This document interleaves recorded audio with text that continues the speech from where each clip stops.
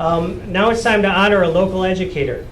The Jackson Award was designed to honor a local educator who has made significant effort to teach the concept of justice in creative and inspiring ways. We all know the amazing impact Robert H. Jackson's teachers had on him. And this is a chance for the center to honor some of the teachers in our area who have a similar impact on their students today. This year we honor a fantastic educator from Dunkirk, New York, Walter Robertson. I have a quote from one of Walter's students, and he said, "Mr. Robertson is the teacher you think of when one day your children ask you who is the teacher that had the biggest impact on your life."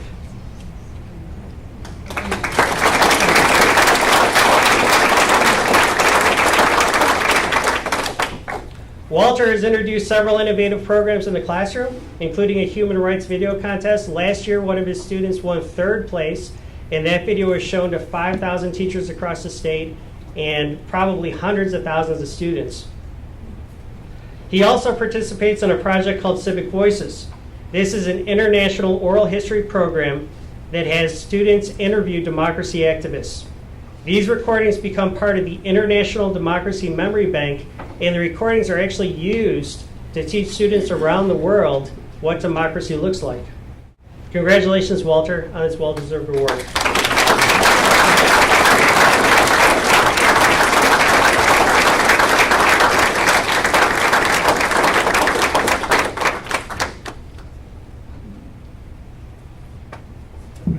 Thank you, everyone. Thank you, Joe.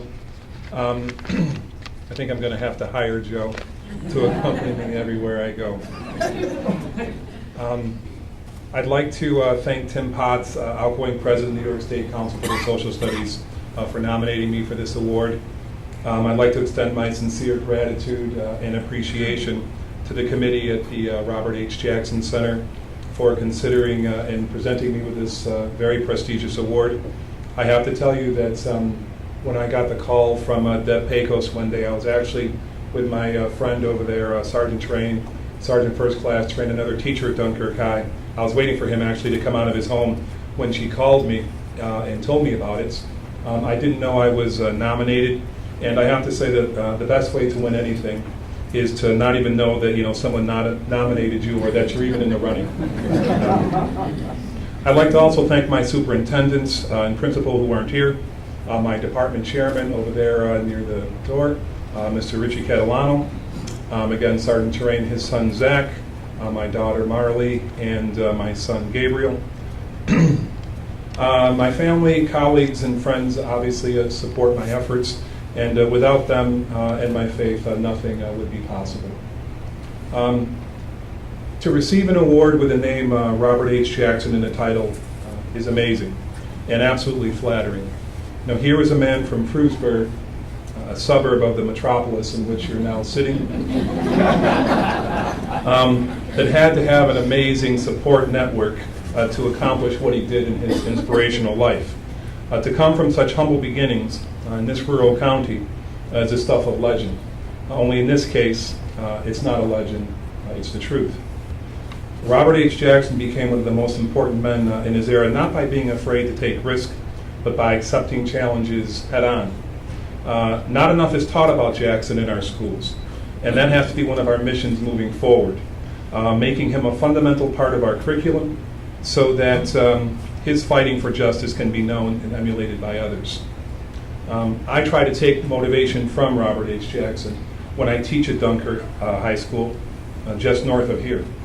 There, some of the poorest, most disadvantaged students in the entire state attend school and try to make a better life for themselves. I try to give them my best on a daily basis, but sometimes I wonder, is that enough? I'm frequently asked when I go to Albany or to Washington for conferences why I don't leave there and teach in a more affluent school district where I can make more money and teach quote-unquote easier students. I always answer with a question, where could I do more beneficial work than with Dunkirk students? In New York State, we're trying to focus on 3 things with our students: make them college and career ready, and make them civically involved. In essence, make them good and active citizens. We want them to take an active role whenever they see injustice.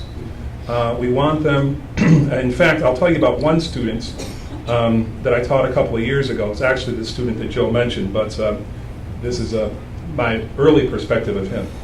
Now, everyone in here that's a teacher had one of those students that drove you crazy. And that was this student when I had him in the 11th grade. In fact, he made me often wish that corporal punishment wasn't outlawed. Then, in 12th grade, I taught a class, and we did a big unit on civics about student responsibility for taking action when they see injustice. I required all the students in this class to enter the Speak Truth to Power video contest. And this student, that I wanted to put in a headlock in 11th grade, ended up placing third in the state and had one of the most remarkable transformations that I've ever seen any student have. Those types of transformations also occur in students from other countries. As a union activist, I've had the pleasure to work and witness with some amazing efforts overseas. In Sicily, I worked with students that had lost parents to the mafia. And despite those incredible losses and personal danger that they still faced, they're trying to take back their community, establish the rule of law, and lead normal, productive lives. In South Africa, I visited a township called Soweto, where there are many impoverished schools. I trained 25 teachers there in ways to lead their students in finding and recording, the stories of anti-apartheid activists. Their struggle for majority rule and minority rights, of course, with the showcase civil rights events of the late 20th century. So those students in Sicily and South Africa obviously moved me, and anywhere else. Unlike here in the U.S., where we have rule of law, and generally things go smoothly, those students there in those places that I work with face long odds, many risks and no guarantees. And I ask, how could anyone who witnessed those efforts not feel motivated to go out and work harder for justice? My own family roots, the Robertsons, hail from Alabama, and there my family took an unwitting part in civil rights movements. My father left the Jim Crow South by joining the recently desegregated Army. One of my cousins didn't survive the struggle. In Birmingham, right next door to the Civil Rights Institute, where we've done work, is the 16th Street Baptist Church, and where 4 little girls were killed in the 1963 church bombing. Among the victims was 15-year-old Carol Robertson.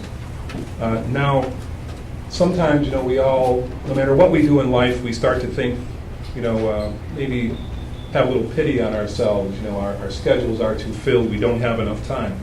For me, when I start to think things like that, I think, how can I possibly compare any of my struggles to those that came before me, to some that I've worked with, in the classroom. So when I need a reminder, I just think of how hard they had it, and it always gives me strength. Those are just some of the examples that inspire me to do my best in the classroom, and about teaching social justice. As you can see here tonight with the 4 fellows, Joseph and this entire committee, this entire room, you're all obviously working towards justice. We have much to do. So I hope that you will continue to support teachers' efforts, as well as the efforts of the Robert A. Jackson Center. I thank you again for this award.